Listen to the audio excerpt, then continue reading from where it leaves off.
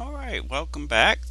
What I'd like to be showing you now, what I really would like to show you is aseptic streaking technique. Now this is a very standard procedure that we use in diagnostic laboratories everywhere. I wish I got a nickel for every time I've done it. But uh, what I want to do is step you through. So I'm going to be doing an overall video on that PowerPoint that I posted on Blackboard, and you'll see these little scan me areas, and that will take you directly just to this particular video if you want to review or whatever. I just thought it would be a nice way to collect it. So when you see these little QR codes, all you need to do is you can do a search on your I think Apple's iOS already has a QR scanner built in, or you can find it at the Apple Store for free, and also on Android you could do it, and also on laptops and various things, and it'll scan right off the screen of your computer. So you can look at a technique or something as this particular video, but I've done it also for the microscope video and the previous aseptic technique, and so you may want to review those prior to viewing this one. Okay, so let's go to the next part of this. And again, I just want to re-emphasize the loops. You received one in your kit. It may not look like this one, but the idea is that you have loops.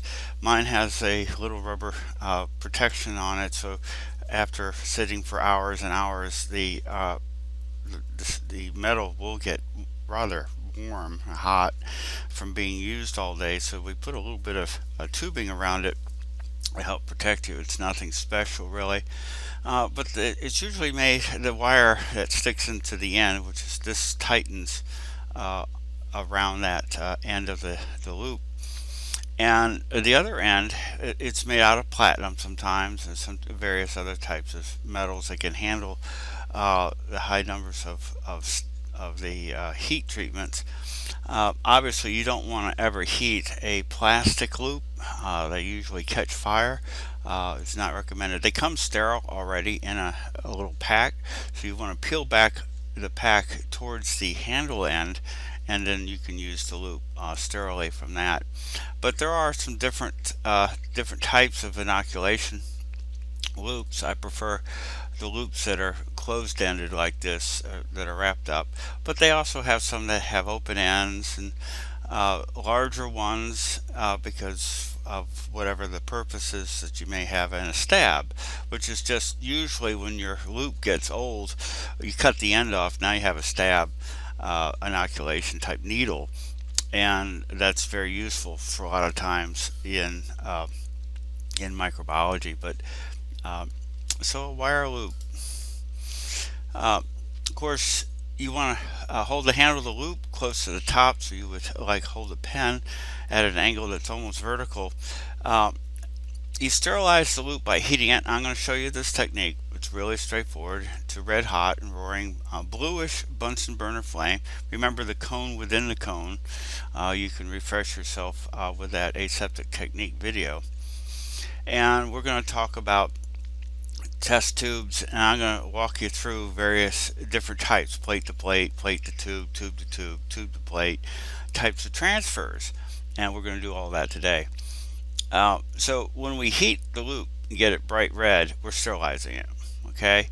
And then we heat the tip, gradually going down. Now there's two philosophies on that. You can go from the end point here to the tip, or you can flame through. I like to flame from the very end of the loop towards the loop itself, the handle, and this allows me to allow the end of it to start cooling a little bit, because one of the things I've been famous for is having luau's and roasting bacteria. I'm just joking about that, but you can, if you go to pick up bacteria, you could roast them. And so I'm going to talk about cooling the loop before you touch bacteria, a colony somewhere on a plate that's sterile, and I'll show you that technique. But again, it's a lot of the technique I'm going to be showing you is subtle, so you're going to have to pay close attention. I'll make reference to it, but the devil's in the details. The details will kill you if you don't follow or catch those. It took me a while to learn some of these things and to practice them as much as I have. So we're gonna do all of these things. You can look at the video. You can actually print the slide out if you like. The slide set is posted, and but I'm going to actually perform these techniques, and I'll talk you through it. But it's nice to have a written type. Now, what I'm going to do, this technique is the reverse technique I was talking about, where you start at where you what I call the nib end is of the handle part where you put the loop in, and you start there and you fire down the wire to the very end, so you're glowing the wire, the platinum wire or whatever, until it's all been heated. And now you're after step 5 in this particular case, it's been sterilized and you're free to use it. And you do want to go at an angle through the flame within a flame, if you remember that code flame there, and you want to fire up your loop, and that's the best way to do it as you move through. Now I wanted to pause for a second here and see if I can rearrange my desk here just quickly. I'm going to post, or you can just take a piece of paper, and what I'd like you to do with that is if you can see the page here, there's just drawn 2 circles here, and I want you to take a pen or pencil, whatever you have, and what I'd like you to do is to practice the technique I'm going to talk about, where we're going to do quadrant streaks. Now there's 2 different types. There's the 3 quadrant, where some philosophies is that you flame your loop, you get your sample, which I'm going to show you, and then once you have your loop with bacteria on it, you want to streak, and they show like 4 lines. Then you flame the loop again, and over here we just flame the loop as I'm practicing kind of fictitiously here. And when you do that, your loop will be sterile, and now you can go and make your lines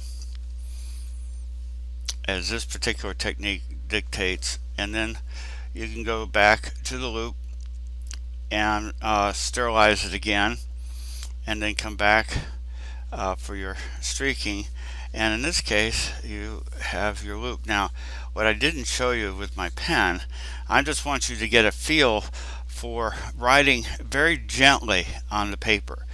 The auger is somewhat, you probably have already determined that the auger surface is pretty fragile, and you don't want to go in and just go digging into it, especially with the opening. It can become a cheese grater if you go vertical with the loop. What you want to do is to go flat horizontal with the surface, so what you're doing is you're rubbing on a very nice end of the tip there, and instead of that where you're now making sort of a grating effect. Now if that happens, I wouldn't throw the plate away. Just again, every time you do a streak or something, you want to improve, but very lightly. So with your pen, I just wanted you to practice the lightness, seeing how we're not actually doing the inoculation. This will be a good practice, so you can just very lightly move your pen or pencil on the paper and do the streaking, and you can emulate going into the flame with your pen or pencil just to get the movements. It's just being cognitive of what you're doing with your hands and the technique. So I will post this diagram, but it's really easy. You can just get one of your Petri plates and just draw your pen around it, and you can just practice. And we have the 3 quadrant streak. Now every time we do a streak, technically, and I'm going to show you the technique with the loop, is that after you fire up the loop, and you're going to fire it up, and you're going to make sure it's nice and hot with just by going through the loop, the fire with the loop. And then you want to touch the auger somewhere where there's nothing on the plate in that space to cool the loop. And then you can do, if you don't do that, you're going to end up with a plate with nothing growing on it because the loop was too hot, fried the bacteria, and they don't like that, and they won't grow because they're dead.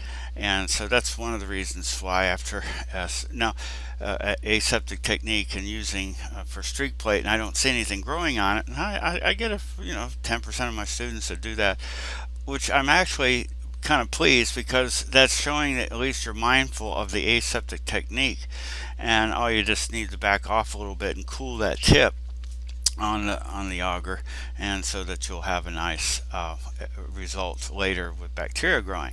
So that's a little practice that I want you to do in a pen or pencil, and you just take your plate and draw around it, or I'll post one that has the line, these, and you can practice several times. But you don't want to go heavy. You don't want to rip the paper. In fact, when you do it, you want to draw the lines, and you want to look on the back side and make sure you haven't pressed so hard that you've made an indentation in the paper. You don't want that, because that means that you're pushing too hard. And when you're actually doing the loop part, is you're going to find you want a very light touch with the loop. And so this is a practice, and it's about one way we can get close to actually performing that. So if you could do that practice. Now obviously you don't have to turn in anything or that. It's just I just wanted you to be aware that it's a good technique practice for you to do that. And there's variations of the three area loop, or the three section loop streaking.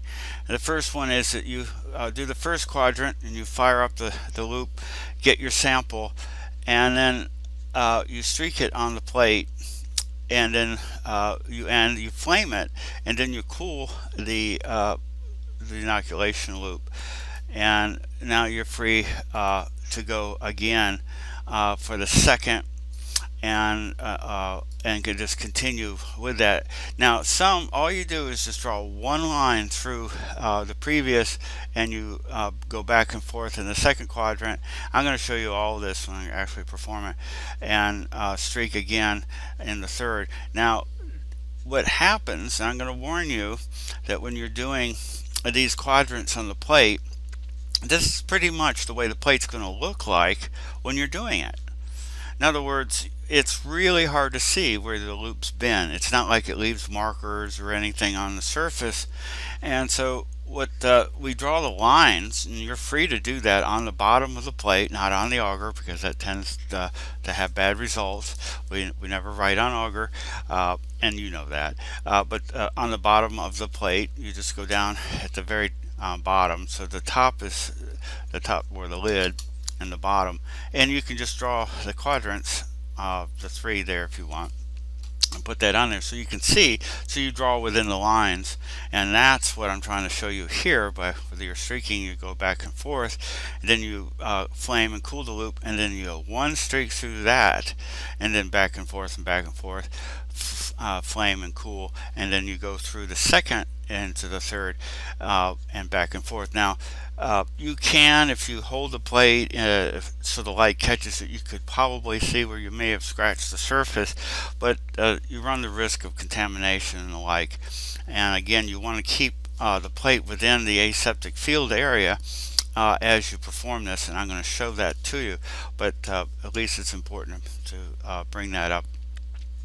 The other type is a 4-quadrant streak, and let me stop for a second and say the reason why we want the 3 or 4 quadrant streak is that we want to obtain single colony isolates.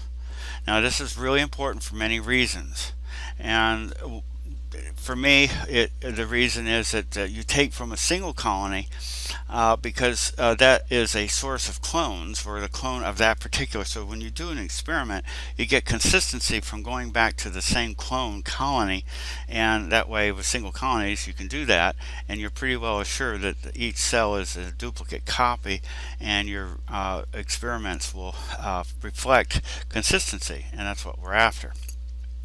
Okay, so that's why we're doing single colony isolation and why we're so futzy about the streaking in the quadrants. Now, 3 is good, it works, but if you have a strain that grows really, really well, it's possible that the 3 quadrant streak may not be sufficient dilution. See, what we're really, really doing here as we go through these quadrants is it's a dilution every time that we go through. And when we streak the first and second, third, and fourth, what we're getting is a dilution of that streak. So you're getting bacteria spread on the surface that are decreasing in number time and time again. So anyhow, I'm going to show my age in the next slide, but I hope you understand that's really what we're doing when we talk about streaking a plate.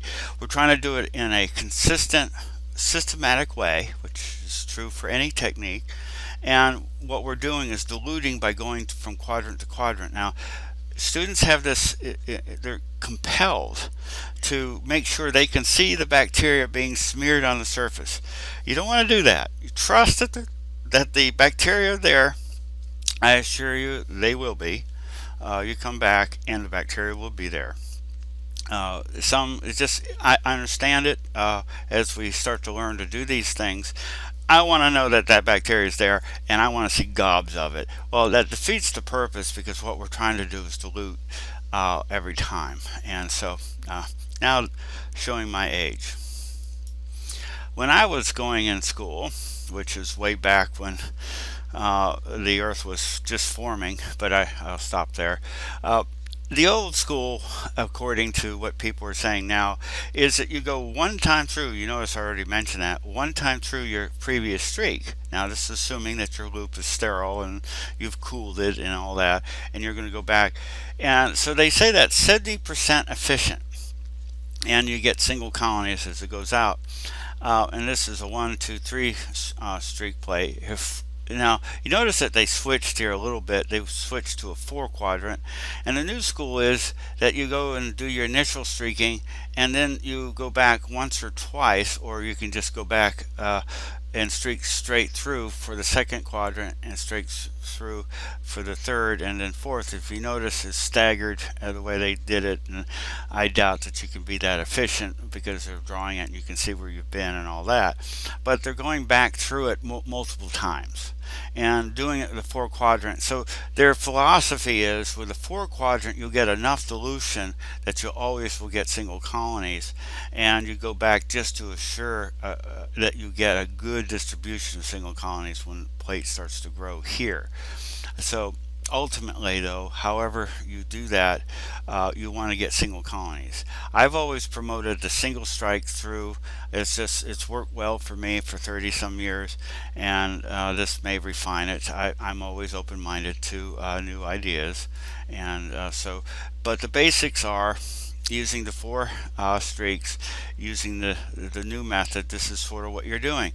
So if you want to practice on your paper doing that particular pattern, now you can draw lines however you want to make sure you have the quadrants covered. I leave that up to my students if you want to see that or not.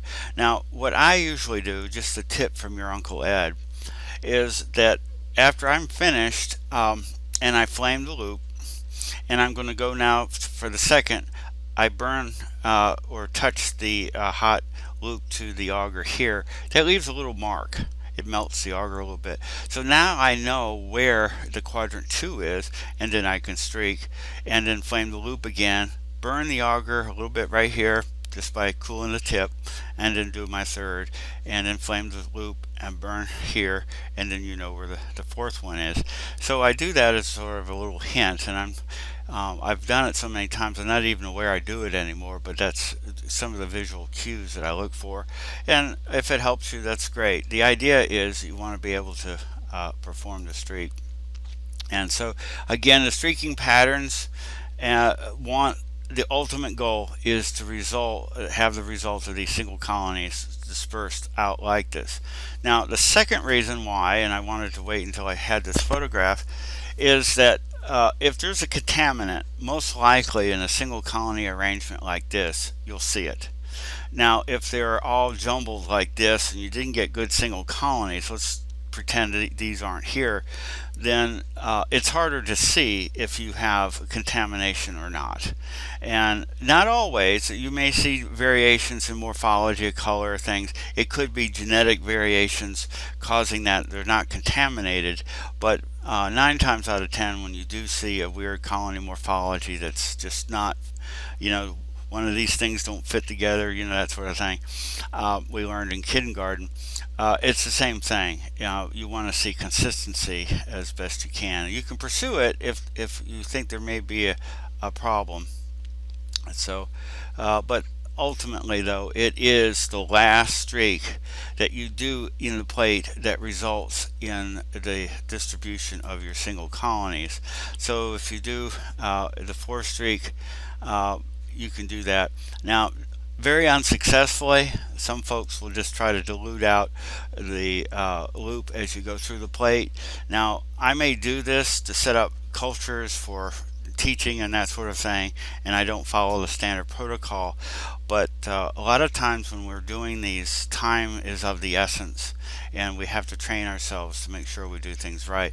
Teaching environments, well, I just need to have bacteria. We're not really doing, unless it's specified, I just need to have bacteria growing there. So now when we're working aseptically, we want to try to keep the loop. Now this is exaggerated. I don't know anyone that streaks a plate with a lid like that. In fact, I do a little bit different. I do what I call a butts up type, where I handle the plate and I pick up the plate, and you're picking up the butt of the plate or the bottom of the plate, and then I can work on that plate once within the aseptic field and control it.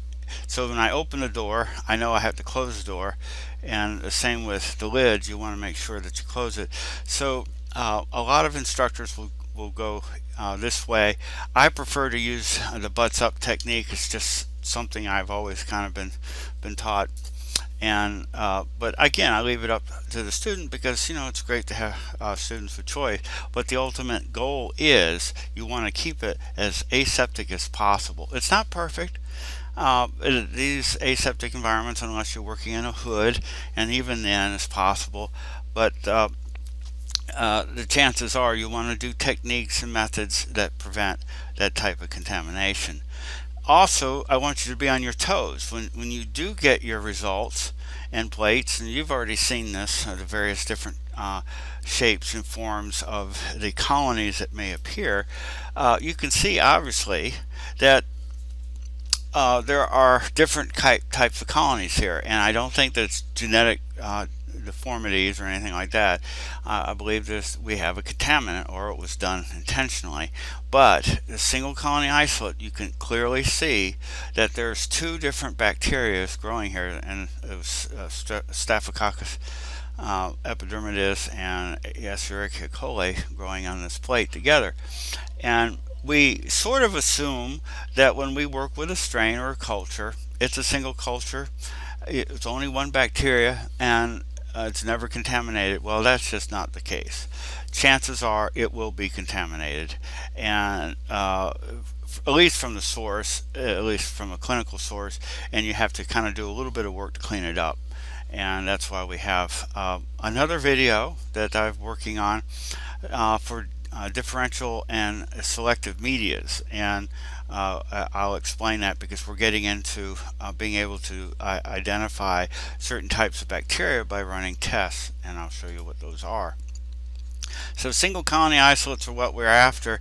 Now you may say, well, Dr. V, this plate looks fine. I can see single colonies. They're so close together, and it looks like there's contaminants, or it could be genetic variation because the colony sizes are matching. I would have to go and investigate that and streak this one or that, but having good single colony spread would be better. And so thumbs up on this, because there's your single colonies. This is what we're after. I might even, on the bottom side or the bottom of the plate, I draw a circle around the colony that I'm using, and I go back and just take a little piece of it. Now sort of in between the previous one that I showed with the thumbs down is thumbs up. We still got the disperse of the single colonies. Now there are some that are what I call ratified, where they're kind of all together like that, but that's okay. I see enough that I can work with, and accomplishes the goal. But when is it not so successful? Yeah, I can see single colonies and the dispersed. I might fly this, but you could improve on that, so that's why the thumbs down.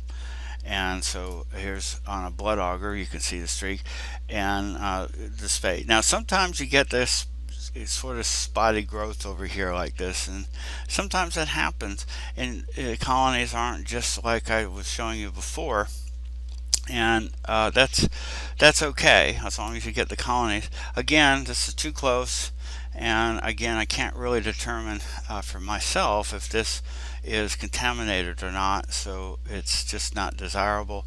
Same with this. Yeah, I see single colonies, and I might fly, but they could be two together and that sort of thing, and I just would prefer to have better separation. So when you see things like this, don't get discouraged. Just always improve every time you do a streak, and you look at it and you get a single colony isolates, and you want to know that yeah, they in fact are separate. So here's one that's interesting. This could be a contaminant, or this could be a resulting of a cloning experiment where you have various inserts that cause changes in maybe some of the media, like you put xgal or some indicator in the media if the insert is disrupting a gene or not. And so yeah, it could be all the same. It looks like E. coli, and I could have done a little bit better in the streaking of it, but yeah, that serves the purpose. And sometimes the colonies can look really this is a lot of polysaccharide, and you go and take your loop and it's stringy.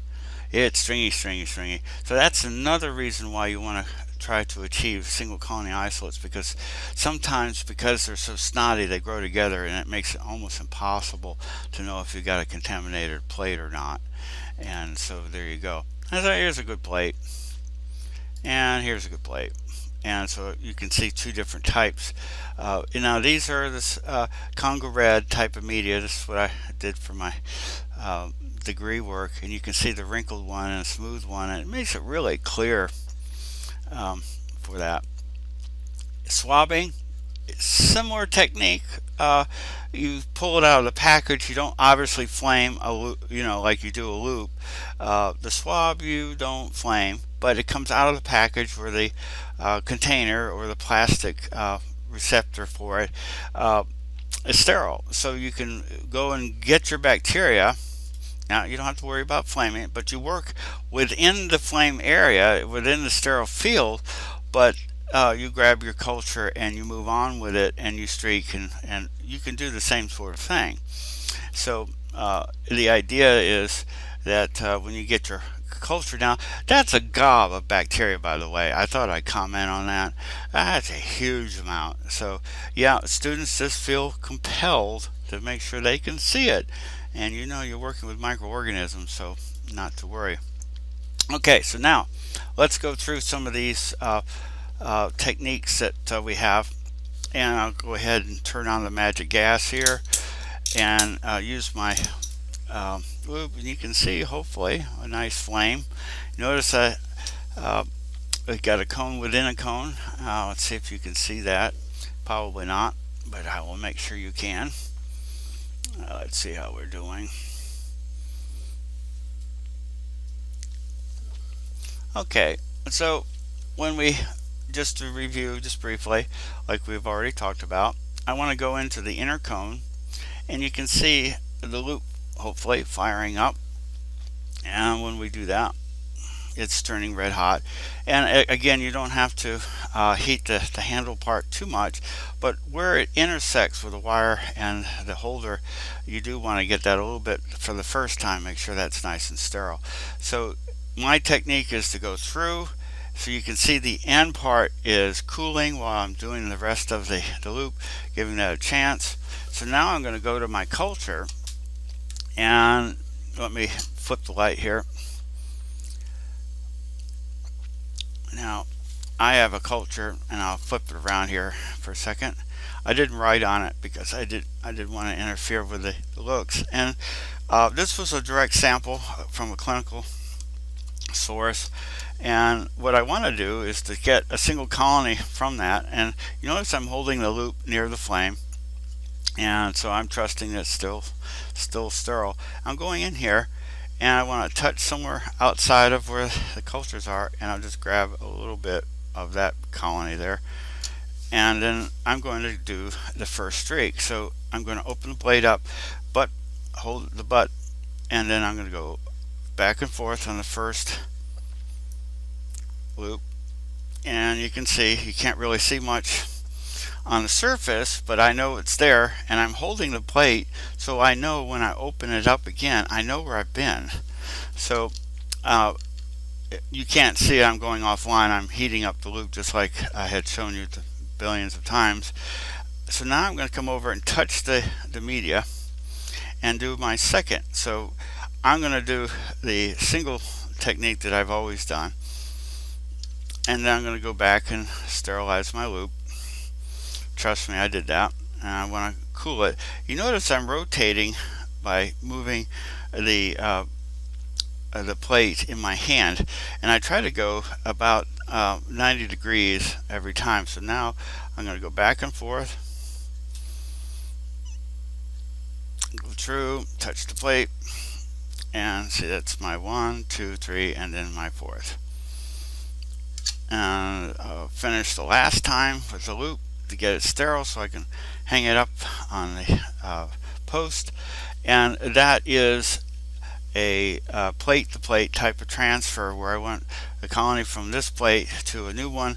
I would now go to labeling. This plate, I would put the date, the experiment or the organism, whatever it is, and my name, and then maybe a little note to myself, like I put a designation as to what the experiment might be and that sort of thing. And but you always want to make sure you're dated, and plate should be already labeled on there. This one is a blood auger plate, and you can see that it has all the writing already on it from the manufacturer. Sometimes they don't. If I make my own plates and things like that, then I'll have to add that information onto the plate. That way you're not guessing. There's no guesswork on that. And so I hope that makes sense as for a plate to plate. And again, it's just a matter of practice, and you could replay it if you need to see that. So let me bring over, I'm going to do a tube to tube transfer using aseptic technique, and I'm going to move these out of the way. And I have my tubes here, and if you notice, I fashioned and I brought two different types of tubes for you to see. I have a screw top and I have a pull top. And this, of course, this technique is a nemesis for many students because there's a fear factor and it adds a little bit more complexity in the aseptic technique, but not really. Let me show you why. So my technique utilizes this very important utility called my little finger. This little pinky finger is the cap holder, and it's subtle. It's just a technique that I was taught when I was going through school, and I've always used it ever since, and it simplifies the technique. Why do I want to look for something that simplifies the technique? Is the aseptic field works, but I want you to think and feel the pressure of a timer. Every time you start the flame and you're working aseptically with whatever that you got to do, there is a timer, this mysterious hidden timer that's going off. And when you have a top off or anything, you're increasing tick, tick. Every tick of the clock means there's a higher probability that you may get a contaminant. So I just wanted to point that out. So I'm going to go from a pull top to a pull top first, just to give you the basic technique as we're going to go through this. And I am going to adjust the camera here so we can adjust to see a little bit, hopefully, of the flame. And I'll try to adjust it. It's hard to do this the way I've got my setup, but trust me as I'll try to talk through this. I'm going to go ahead and flame up my loop. I'll go through and get that the way I like it. Now I'm going to pull the top and hold it with my pinky finger. Now I'm trying to keep my loop somewhat in the aseptic field, but I have to heat the top of the tube. I'm going to go into the tube with the loop, flame it, close the top, grab my next tube, flame the top, go into the tube, come out, flame the tube, and put the top. Now, and then I make sure I finish off my work just to be good. Now this loop is sterile. I put it down to cool on that. Now let me review what I did. First off is that I pulled the top and I used my pinky finger, and when I flame it, there's a reason for that. Now if you shout really loud, I can hear your answer. Why do you think I do that? Why do you think I flame the top of the tube? So if you think about what's happening to the glass when I go to flame this, right? What's happening to the glass? You can feel the glass tube is hot. Yeah, I put the top back on, but it's hot. And what that's causing is hot air is now being emanated from that region that was just heated, and the movement of air is outside or outward from the tube.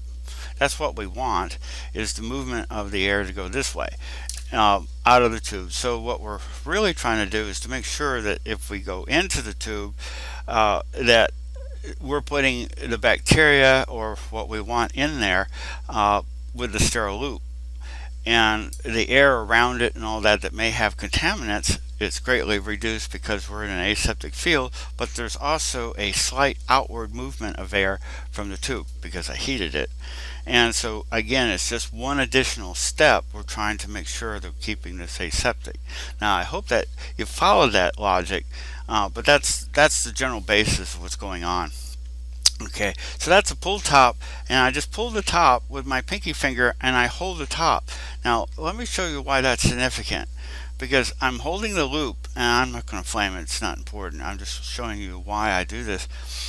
I pull the loop, the top, and I still have the loop in my hand. This is a very efficient way to deal with the tube, because I can now use my hand. I'm still holding the top and it's held within the aseptic field, and as long as I hold it up right like this, the chances of getting contamination on the inside upward is pretty low. So it's a nice technique. Now if you think of it, if I were to use the other hand, put the top there, now I've added another level of complexity in terms of balancing the tube to go inside the tube, now struggling with my hand to put the top back from my other hand, and it's just not efficient. The most efficient movement is to go pull the top, do whatever it is, close the tube and put the top back on, and you're done. Now I always change position in the rack or whatever, so I know which tube I'm on and that sort of thing. Now that's the pull top. Now let's do two screw tops, and we're going from one to the other. And so again, I'm going to flame my loop. The only difference, I'm going to take a little bit more care as I go up the loop and get the handle area, especially at the crevices there the first time at least. Now this is going, now you notice I'm not worrying about cooling it, because once I go into the liquid, this is my source. I'm going to flame the top of the loop to get the convection, and then go in, get my sample, flame it again, close it. You notice I'm holding the top and I'm unscrewing the tube with my other hand. Flame it, go into that tube, flame it, and then screw the bottom into the top. And you see how efficient that is. And now I come back and I flame the loop and I'm done. So the screw top added one added complexity. However, my technique, my basic technique, the same one I use for pull top, I modified it just to hold to the cap as I unscrew it from the bottom. And then you saw how smooth it was to complete the transfer from tube to tube. And so that really works nicely. And so practicing that, if you ever get a chance to get into a micro lab, you need to practice a technique like that when you can. And a lot of times, once things get back to normal, you can go into a laboratory. I'm sure I would allow you to do it in my lab for students to learn various techniques. Okay, so that is plate to plate I showed you. Oops. And tube to tube transfer is what I just showed you. And in my slide set, I do have the step-by-step showing getting plate to a tube, and that's what I'm going to show you now. Is it can also go from a slant, and I'll explain more of what a slant is, but it's still a source. And as far as you're concerned, all you need to be to acknowledge is it's a pull top or a screw top. How the auger or liquid is arranged in there, it's almost irrelevant. As long as you're dealing with the barrier in the same way and efficiently, you can deal with that. So doing a plate to tube transfer is really easy. And let me show you that now. So I'm going to choose a tube that's the challenge for most students is the screw top tube, and I'm going to go from the plate. Let me move this out of the way. I'm going to go from the plate to the tube, and hopefully, let me see if I can see. It looks like it's all right. So I'm going to first flame my loop, and again, even though I'm going off a plate the first time, I'm going to go ahead and get the nooks and crannies in the intersection part between the wire and the handle. Now meanwhile, while I was doing that, the tip is cooling, but I'm still going to touch the auger, grab a colony that I want to inoculate into the tube, grab the tube. Notice I'm trying to stay within the aseptic field, flame the top to get the convection, go in, mix the bacteria in there and close the tube, screw the tube back in, and I'm done. Now you can mix it a little bit, then I come back with my loop and clean off and let it become sterile again so I can put it down and everything is safe. So plate to tube transfer is really straightforward, and grabbing the colony, it just makes it really nice. Now if I want to go get a fresh plate here, from a tube to a plate is just sort of the reverse of the process. Again, I want to flame my loop and do the same sort of thing where I go and get the intersection a little better, and then I bring it close, convect the top, go in, get my sample, flame. Now you notice something though, I'm not flaming the loop again because I got my bacteria on there, and I'm going to streak that on the plate. Now I'm only going to do a 2-quadrant streak from the liquid because I know it's pretty low numbers, and just so I can get single colonies, and then I'm going to go back and forth throughout the whole thing and flame it to the end, and that loop's clean. Now I can label this plate. This has been inoculated from what was in the liquid part, and it makes it nice. Now you have to use judgment as far as if you're going to do a 2, 3, 4 quadrant streak, depending on how much dilution you need to do, and so that's what you're doing every time when you do a streak. But this is, if you notice, it's pretty clear. I just inoculated it. There'll be bacteria cells in there, so I kind of handled it with only a 2-quadrant, and I should see something, and we'll incubate that plate and see what we did. And so that was our tube to plate transfer. And again, you want to be observant when you do these, and so that's the technique for streaking plates, tube to tube transfers, all done aseptically. And of course we never leave the flame on when we leave our bench, which we're going to do that here shortly. Now you can go back and review. I have the aseptic video. You now have this video for the actual technique, and I will be doing additional techniques that will be posted for the semester in the lab. I hope these are useful, and I'll see you in the next video.